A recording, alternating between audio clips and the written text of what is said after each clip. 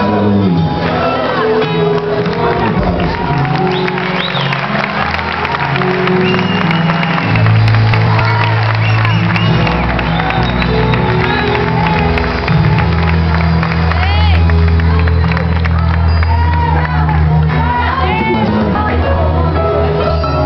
A gente olha e vê tantos rostos.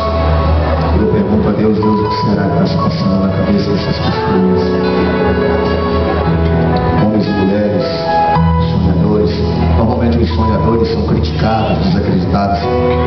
O sonhador é considerado alguém que anda de bobeira. Eles não entendem os nossos corações. É muito complicado uma pessoa que não sonha entender o coração do sonhador. É muito complicado. É muito complicado para muita gente entender por que você largou tudo lá e veio para cá. É complicado. Aleluia. Mas Deus ama os sonhadores, meu irmão. Deus ama os sonhadores. Para de se acusar porque você veio. Para de se acusar porque você veio. Ah, mas ficou todo mundo para cá. Ah, porque eu tive que, irmãos, um dia Deus chamou Abraão e disse: Abraão, você quer que o meu projeto se desenvolva na sua vida? Abraão disse a Deus: quero. Aí Deus disse a ele: então Abraão, então larga seu pai. Então larga sua mãe. Larga suas terras. Larga tudo. E vai para uma terra distante. Você, quando pegou o avião, tirou seu visto, você sabia para onde você estava indo. Abraão nem sabia para onde estava indo. Eu acredito até que Abraão deve ter perguntado a Deus: eu vou para onde? Aí Jesus disse para Abraão: vá andando aí, que no caminho eu vou lhe dizendo para onde é. Eu vou lhe dizendo o caminho. Abraão nem sabia para onde estava indo. Irmão, Deus gosta desses negócios. Deus gosta.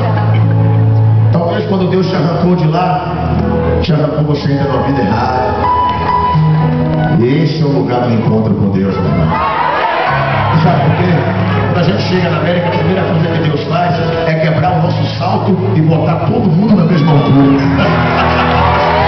É a primeira coisa que Deus faz. Jesus vai fazer, bota todo mundo na mesma altura. Aleluia.